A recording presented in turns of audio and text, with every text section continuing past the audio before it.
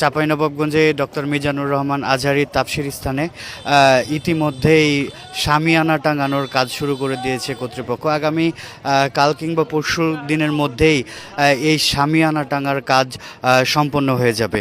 আসলে গত 2-3 দিন ধরে যে বাঁশ টাঙানোর কাজ ছিল, সে বাঁশ টাঙানোর কাজ মোটামুটি সম্পন্ন করে আজকে এই বিকাল থেকেই কিন্তু তারা শামিয়ানা টাঙানোর কাজ শুরু করেছে এবং বেশ কিছু দূর কিন্তু তারা শামিয়ানা টাঙানোর কাজও কিন্তু সম্পন্ন করেছে। এখন লক্ষণীয় আর কয়েকদিনের মধ্যেই তারা এই কাজটি শেষ করবে এবং মূল স্টেজের কাজটাও কিন্তু শুরু করেছে কর্তৃপক্ষ।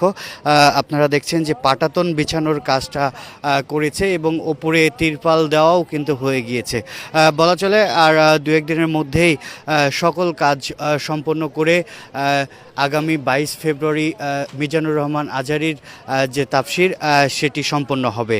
পুরো 25 বিঘার মাঠ এটি। এই মাঠে পুরোটাই কিন্তু তারা প্যান্ডেলের কাজ তৈরি করেছে এবং সম্পূর্ণ বাঁশ বিছানোর কাজ হয়ে গিয়েছে এবং শামিয়ানারও কাজটি তারা শুরু করে দিয়েছে।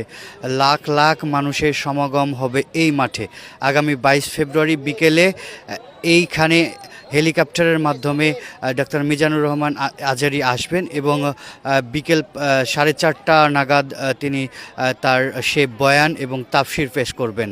ইতিমধ্যে প্রতিদিন বিকেলে কিন্তু এই স্থানে শত শত মানুষ আসছে এবং ভিড় করছে এবং দেখছে এই জায়গার পরিস্থিতি কী অবস্থা, কত দূর কী হয়েছে এবং শত শত নারী পুরুষও উৎসুক আসছেন এবং দেখছেন তারা। মিজানুর রহমান আজহারীর তাফসীরের সর্বশেষ পেতে কিন্তু আমাদের এই ফেসবুক পেজে লাইক কমেন্ট করে আমাদের সাথেই থাকুন।